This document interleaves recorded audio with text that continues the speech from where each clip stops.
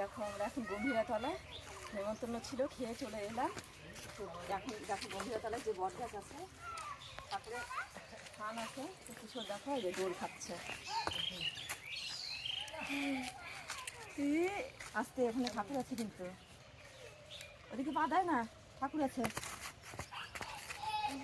ভীষণ গরম, রৌদ্র। এখন বাড়ি ফিরছি, এসে চলে আসো, চলে আসো।